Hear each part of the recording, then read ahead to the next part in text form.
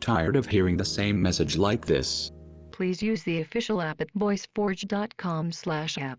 Well, I'm going to show you how to get Voiceforge voices for free. First, use AI voice, and don't go to this tutorial. Second, install the requirement browser, and clean Flash.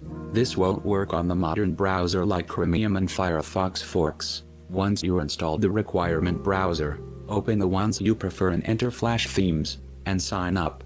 No invite keys are required. Third, click create and then create a video from scratch, and pick any theme you want. Fourth, drag and click the character and click dialogue, and you'll see text-to-speech button on the dialogue menu, and select any Voiceforge voices and type whatever you want, but don't click generate voice yet. Fifth, go to developer tool and click inspect element, and go to network monitor and generate the voice.